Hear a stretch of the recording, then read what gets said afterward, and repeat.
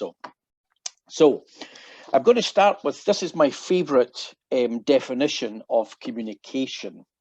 It comes from two American colleagues, Barbara Miles and Mariana Riggio, and it just very simply says that communication is connection. And that's very obviously been one of the areas that's hugely impacted as the worldwide pandemic has taken hold. And as different countries have moved into lockdown or different aspects of social distancing, connection through touch has been one of the areas that's most principally been affected. Again, as Rebecca said, there has been a growth of online and virtual support. And actually, there are some positives as well as negatives in there. If I take one example, our early years team used to run some family sessions for very young children and parents, bringing families together once a month into a physical setting and learning about play and just offering support to one another.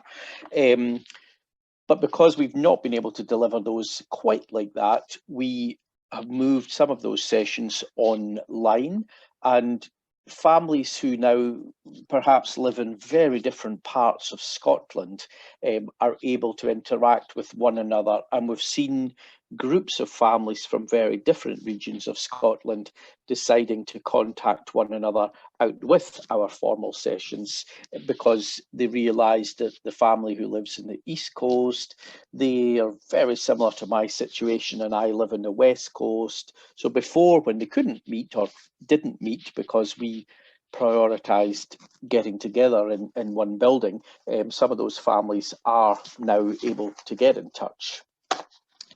So I want to focus really on the importance of touch. I think during my presentation, I'm probably going to more point people to some resources and some additional information that is out there.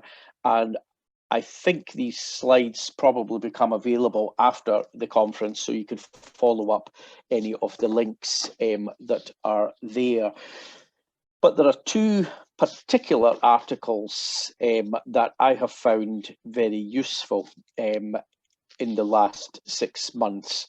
One is from a colleague here in the UK, a man called Peter Simcock, and he principally works alongside people with acquired deaf blindness. And he has written an article about when social distancing means losing touch. And he actually points out that the World Health Organization encouraged us all to not use the term social distancing, but instead to use the term physical distancing, so that we got the idea that even if humans had to be physically apart, they nevertheless could still be in touch and still connect with one another. But he points out that for people with deaf blindness, for whom physical and social distance is one and the same very often, then that presents a significant challenge.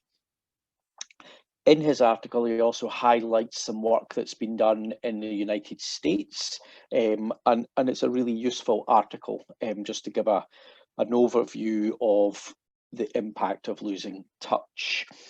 And there is another article by a woman called Laura Crucianelli, and she's written an article called "Touch is a Language We Cannot Afford to Forget," and it's a really fantastic overview of the power of touch in all of our lives to make connections between humans, and she addresses that against the backdrop of the COVID-19 crisis. And near the start of the article, she writes a really lovely phrase, which is, while people suffering from COVID-19 can lose their sense of touch and their sense of smell, touch is the sense that is diminished for almost all of us. And she says, touch is the sense that is paid the highest price in this pandemic. So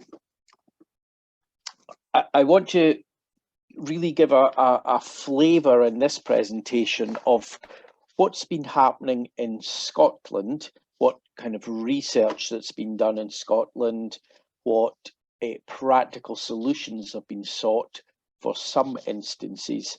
But I want to leave you with a number of questions that hopefully I can find answers to from other presenters over the next few days, because we haven't solved all of the issues, and there are still many people who must feel isolated and separated and not so able to communicate so effectively. I really liked this report, which was undertaken by our colleagues in an organisation called Deaf Scotland, and they support people and offer guidance and advice to people across the full range of deafness. So deaf sign language users, people who are deafened, people who are hard of hearing, and people who are deaf blind. And this report talked to many individuals with deaf blindness or deafness in Scotland and sought their views on how this pandemic had impacted upon them. And it's quite clear that the ideas of isolation and separation come very much to the front during in this report. But I liked that they called the report the communication virus, because again, it hints at what Peter Simcock and Laura Crucianelli had highlighted, that communication is one of the biggest negative impacts that the virus has had on people who are deaf blind. If we looked at the Nordic definition of deaf blindness, we can see that it's a distinct disability. It's a combined vision and hearing disability, and it limits the activities of a person and restricts full participation in society to such a degree that society is required to facilitate specific services, environmental alterations, and technology.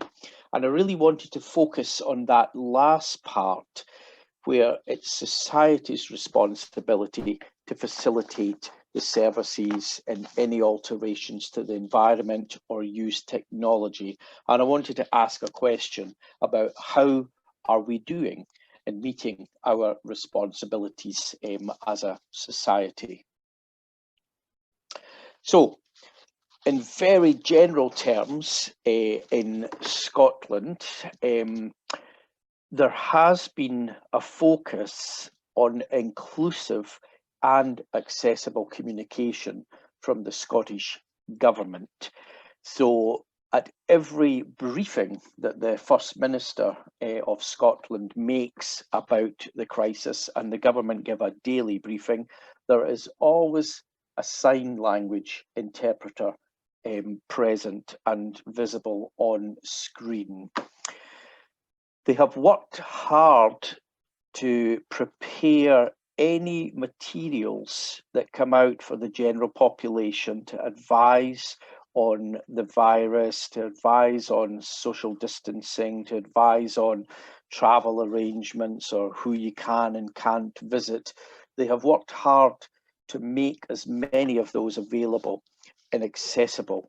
formats, and so you can go to the government website and view videos using British Sign Language. You could ask for easy read or braille versions, large print versions of various documents. Now, that doesn't always work so well, and I think that's principally because the speed of information change around this virus is often it's moving at such a pace that sometimes advice today is different tomorrow or in a few days' time. So making all of that accessible information available right at the same time as information's more widely available is an ongoing challenge. But it's a challenge that is at least being tackled on a day-to-day basis. The government also recognised that as the country moved more online, there could be a number of people who were what they called digitally excluded. And that could be simply that some people didn't have Wi-Fi access or computers or smart telephones in their house. And even if they did, they might not have had all of the software or additional hardware to make communications accessible via speech readers or braille output devices, etc., etc. So they have tried to address that, although it will still just be a drop in the ocean of providing some funds to provide computers, tablets and other communication devices to people who are maybe isolated at home. The government recognised also quite early on that in order to meet the personal protective equipment requirements of working alongside people and keeping people safe in health and social care settings, that the wearing of masks very much interrupted communication with people who may use lip reading or who used facial patterns and expressions to fully understand the communication. There has been a challenge that's been going on really for the entirety of the pandemic to find clear masks that also met the correct protection standards for working in hospitals or in social care settings. It's relatively easy to find clear masks for use in everyday situations in the shop, going to the post office or whatever. Not so easy always to find masks, but there is a pilot now underway that's been facilitated by the Health Service in Scotland and supported by the Royal College of Speech and Language Therapists, which is piloting a number of masks that meet the most stringent health standards as well as communication accessibility. And there has been a fair bit of support and prioritising of health and social care services. The other things that have been happening in Scotland at a national level, and I'm highlighting a few here that also involve Sense Scotland, but the government fund ourselves, Sense Scotland, and another organisation, Disability Equality Scotland, to host an inclusive communication website, which has been running for the last 2 or 3 years. And it provides a range of advice, training materials, guidance, support materials to help organisations and individuals meet their inclusive communication standards set in Scotland. And since the pandemic, we have developed a fuller range of resources that specifically relate to COVID-19. So there is some very nice guidance there about developing social stories for young children as they return to school or as they learned more about the pandemic. There is some really nice and helpful guidance on using Zoom that we are using today for people with a variety of sensory impairments. What kind of speech screen readers work best, how to present materials, how to present documents. So that's a helpful resource. And there are many reports and advice that from other organisations that gets placed on the hub. I'm not going to go to them at the moment, but as I said, these links will all be available in this presentation. Sense Scotland are also part of an organisation, a group of organisations that have come together in the last 6 months. And we have written some papers and again some guidance for people about how we see that inclusive communication could be one of the recovery kind of directions for Scotland as we move out of lockdown, whenever that will happen. So there are very general materials, and there are also very specific materials about communication for people with sensory loss and how to keep that prioritised as much as possible. So, in Sense Scotland, similar to the way that Rebecca described, we have moved many of our activities online.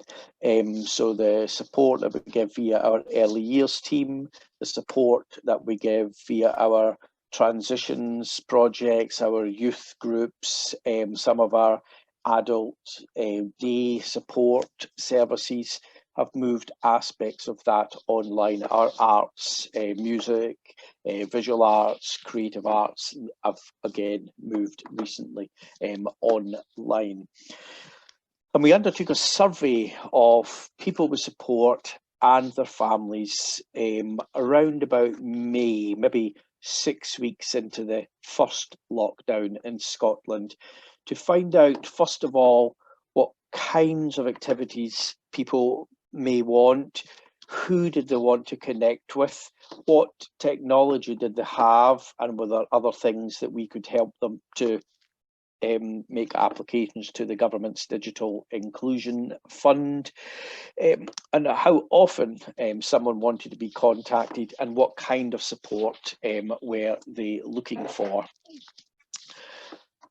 This allowed us to develop a range of activities or to put people in touch with other organisations who have some amazing activities online. And we dedicated a part of the Sense Scotland website to home-based support resources that we've called resources about being well, being creative, and being playful. And all of those resources are on the main Sense Scotland website, and sometimes it clicks you out to another organisation or takes you to some YouTube films of some of our teams trying out some activities. Lots of the early years team have used their own families, their own children as guinea pigs in some of these videos. So maybe they will all become stars of the future. One of the things, and again, it touches on something Rebecca said earlier about the blended learning experience. Our early years and advisory teams have developed a range of activity bags, which have been, they have various resources in them, and then we deliver them to those families who can't, for one reason or another, access our physical support sessions. And there have been bags around summer, bags on the theme of returning to school, on sensory experiences, on Halloween, and we're now developing some related to Christmas. And in these bags, there are very often resources that you can then use in the online activity, or there could be resources about exploring the garden, or a social story about what you find in the garden, some, maybe a spade or something to dig a little patch of ground in the garden. And we can support families and young children online to try out these activities, or families can come together to share their ideas and thoughts. And as we look forward to Christmas, there are a range of sensory stories that we have developed, and musical sessions that we've developed, Christmas carols. And in the activity bags, there will be signed versions of Christmas carols. There will be resources that you will need to take part in the musical activities during the Christmas party. There'll be activities to make things during the Christmas party or for the Christmas party. And then those Christmas parties all happen in around 3 to 4 weeks' time. There's 3 different ones planned at the moment for across Sense Scotland. And so the activity bags become a key part of that. And the feedback from people we support and from families has been really phenomenal around the activity bags, and they really have allowed people to feel that they are still involved in the organisation. They're still able to participate in support. Again, some of the ideas for the activity bags are included on the Sense Scotland website in one or other of those 3 headline areas. We've also continued to provide, where Sense Scotland was already providing support to people, we have continued that to support people in their own homes. We have supported people during the day. We support some people for short breaks, although all of these services are much reduced at the moment. But it's key in some of those services where we have changed the nature of how many people may support someone, and that is really so that we don't breach any of the travel and the social guidelines in Scotland, although social care workers are permitted to work, and that's not affected. But in order to reduce the risk for individuals and to maintain the standards of communication so that we could keep physical contact where required and develop tactile communication, then we have brought together smaller teams, and staff members won't work across so many services or won't support so many people as they might have supported before. And this is particularly true in the teams where we rely on tactile communication. But this doesn't mean everything is working so well. We still haven't started up all of our day support services or our short break services. Our clubs and youth groups are still not able to meet in person in the main. We can't bring together too big a group of people, and we know from the survey, and we know from all the work we've done in recent years, that friends meeting and spending time together is one of the single most important reasons for having some of our activities and have some of our sessions. Even if a person who is deaf-blind who uses tactile communication is supported by a very small team, they may still be allowed to have access with some of their family, but for some people they can't yet have connection with their wider family, because that would breach the guidance on how many households can come together in Scotland. And in the last month, we are hearing many more reports from across our services and from across people who phone us and contact us to say that missing family, missing friends, missing touch is having a huge impact on their health and well-being. And those are the areas that we've not yet fully resolved. I mean, there are lots of exciting things going on in our services. There are amazing creative ideas from the staff teams and from the people we support, but we haven't yet managed to literally touch hundreds of other people or make sure those connections are really strong.